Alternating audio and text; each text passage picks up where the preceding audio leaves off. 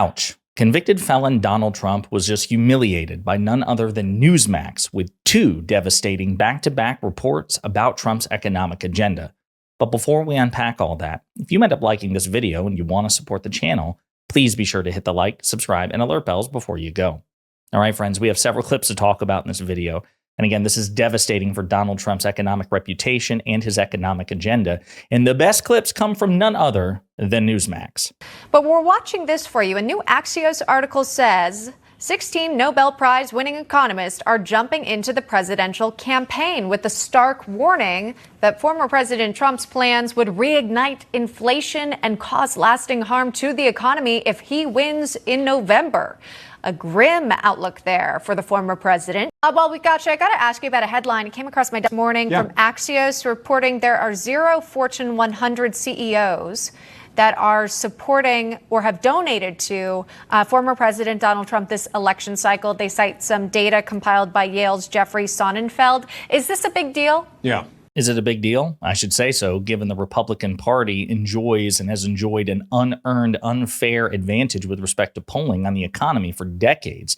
This might be the chickens coming home to roost and Donald Trump's actual lack of substance catching up with him. This is a guy who says he's a business genius, who loves courting, Fortune 500 and 100 CEOs. This is a guy who, touts his economic achievements. And here you have 16 of the best economists in the world saying that actually his agenda is terrible. It would fuel inflation. It would devastate the economy. You also have the lack of support from some of the biggest and most successful CEOs in the country. What does that portend? Well, it should portend the fact that Donald Trump's economic agenda objectively sucks and that Democrats and President Biden are just better stewards of the economy. Again, I have more clips to show you, but I want you to see this breakdown by Chris Hayes in which he talks about one of the most cartoonishly ridiculous policy proposals by Trump about the economy. Today, behind closed doors, outside of the view of cameras, Donald Trump proposed one of the most deranged policies I have ever heard. He told Republican lawmakers behind closed doors he wants to eliminate the income tax and replace it entirely with tariffs, effectively taking us back to the 19th century. This idea makes as much sense as ripping up the entire interstate highway system and replacing it with canals.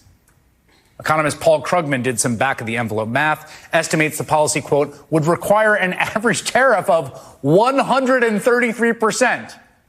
Not 10%. That is a 133% tax hike on all imported goods. That would be passed on to consumers, a sales tax of 133%. It would cost Americans hundreds of billions of dollars. Former senior policy advisor to the National Economic Council, Brendan Duke, explained further, quote, another way to put Trump's latest incredibly unworkable idea, one, get this, it would raise taxes by $5,000 for a typical family, if you're a working person who buys stuff. It would cut taxes for the average family in the top 0.1% by $1.5 million.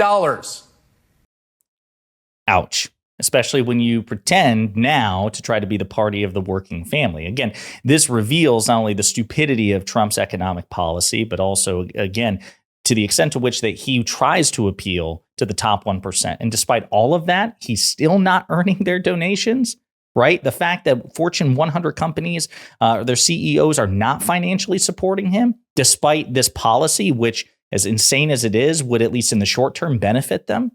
That must mean the entire economic agenda, or Donald Trump as a whole, is just so unpalatable that they can't even support it. Another economist goes into detail about the consequences of this proposal for the rest of America. And really, just in a nutshell, the consequence of these 16 world-class economists saying that Trump's agenda is just terrible. A number of Nobel Prize-winning economists coming out today talking about the difference between a Biden election mark versus re-election versus Trump winning. And this is something else that Steve Eisman basically shrugged off and said doesn't really think it matters. But they were talking about the fact that Trump would be a lot more inflationary. Is that how you view Trump 2.0?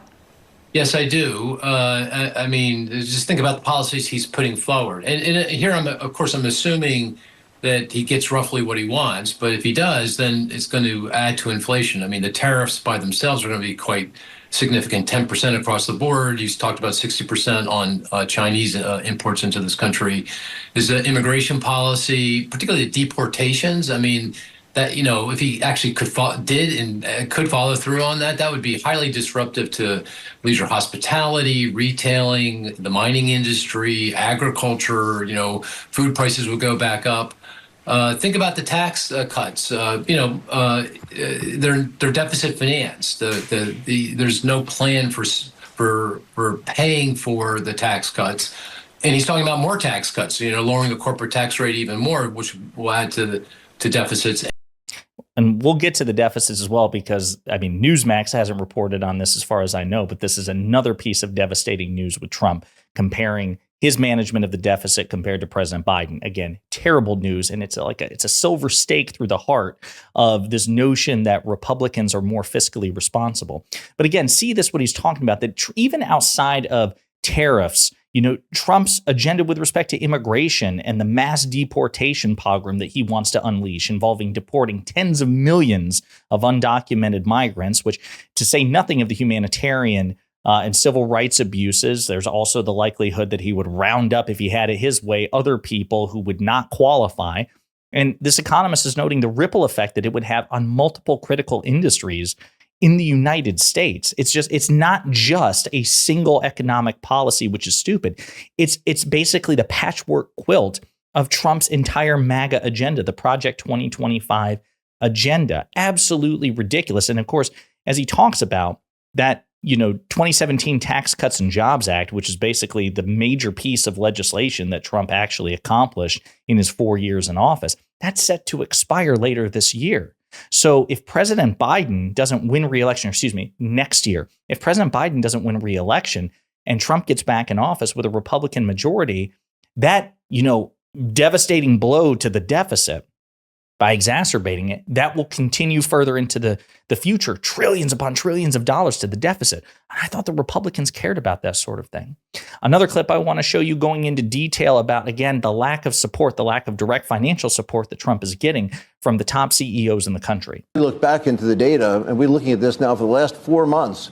We've been pointing out that there are no Fortune 500 CEOs who are supporting former President Trump, and that is a historic break going back to William Howard Taft and through Calvin Coolidge and Ronald Reagan and the Bushes and everything.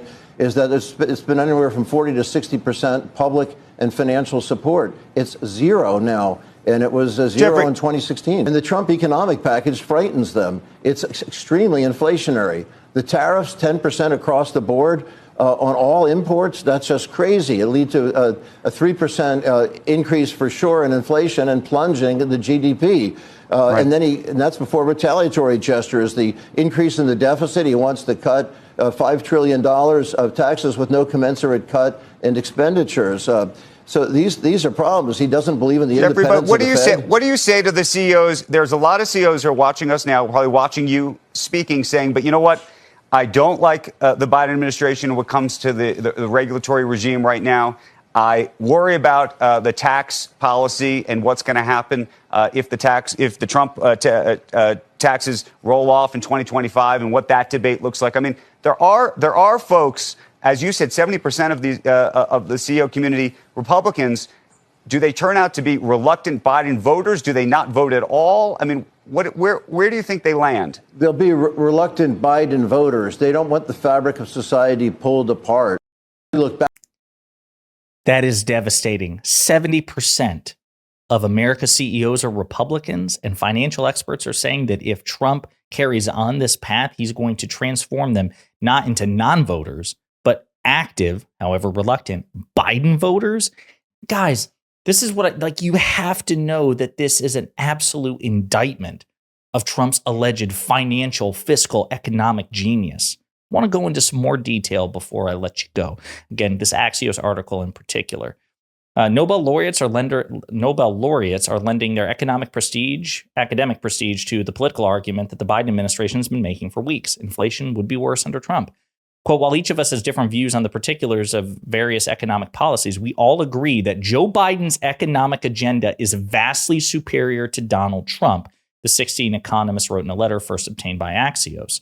Friends, that's insane. That is just an absolute death blow to any good faith endorsement of Trump's fiscal record. I mean, we've been attacking this on this channel for, basically since its inception. He inherited a good, strong, recovered economy from President Obama. Again, I use the example of a skyscraper. Obama inherited a gaping pit from President George W. Bush, which was the Great Recession, the housing crisis. And over the course of 2 terms, Obama presided over the construction of a skyscraper. And then when he left the project, or the White House, right, the skyscraper was still unfinished. There were more floors to be built. Trump takes over the project. He adds a couple of floors at the same rate, basically, that the previous 100 were built under Obama. So he adds a few more. And then the whole thing collapses on his watch due to his mismanagement of COVID. Now, Trump wants you to ignore that last part. The collapse isn't his fault. He says he shouldn't be blamed for it. Although, again, if the shoe was on the other foot, Republicans would absolutely blame Obama or Biden. And then he wants credit for all of the progress, including what was created under Obama. It's absolute bad faith and dishonesty from the Republicans on this. The Economist claim is part of a broader attempt by Biden's campaign to turn the 2024 election into a choice between the 2 candidates' plan for the future. We believe that a second Trump term would have a negative impact on the U.S.'s economic standing in the world and a destabilizing effect on the U.S.'s domestic economy, the economists write in a letter. Many Americans are concerned about inflation, which has come down remarkably fast. There is rightly a worry that Trump would reignite this inflation with his fiscally irresponsible budgets. Again, devastating.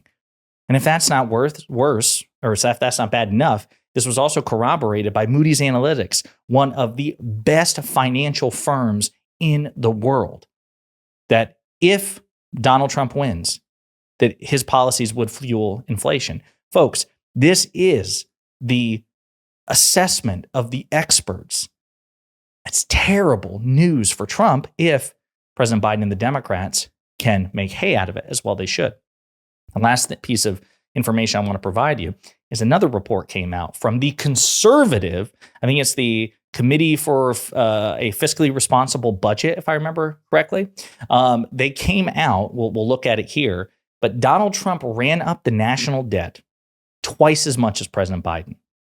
That's devastating.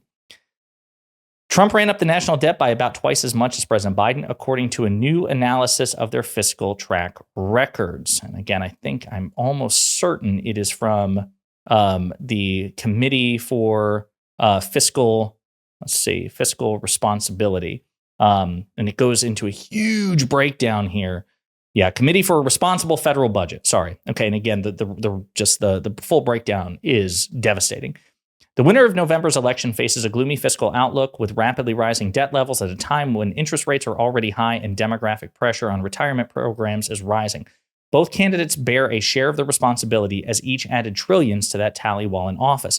But Trump's contribution was significantly higher, according to the fiscal watchdogs at the Committee for a Responsible Federal Budget, thanks to both tax cuts and spending deals struck in his 4 years in the White House. Trump added $8.4 trillion in borrowing over a 10-year window. Biden's figure clocks in at around $4.3 trillion. But people say, well, you can't count that. COVID. Well, number one, you would never, if the situation was reversed and it had been Biden who spent much more on because of COVID than Trump, Republicans would never grant that concession. So number one, I'm not inclined to. But the best part is, as is usually the case, even if I generously grant the right concessions that they don't deserve, we still win. If you exclude COVID relief spending from the tally, the numbers are $4.8 trillion for Trump and $2.2 trillion for Biden. So Biden still wins. He is more fiscally responsible, objectively speaking, than Donald Trump. This from Trump, a guy who said he would not only not add to the debt, that he would actually eliminate all the debt he inherited from President Obama all the way back to President Washington. Instead, he added $8 trillion, the most by far in a single 4-year term. Folks, this is where we are. We have the facts on our side. We just simply do, right? Democrats and democratic stewardship is generally more fiscally responsible. Our budgeting priorities, our budgetary priorities are just better. And you have the experts coming in saying, listen, these insane policies that Trump is proposing would actually make inflation so much worse. It would devastate the national and global economies. And it's so bad that Fortune 5 and 100 company CEOs, people who put their money where their mouths are, 70% of whom are Republican, are not directly donating to the guy. That is devastating news for Trump. And all of it was delivered, at least much of it was delivered courtesy of Newsmax, the pro-Trump Newsmax. And that just makes it even better. Let me know what you think in the comments.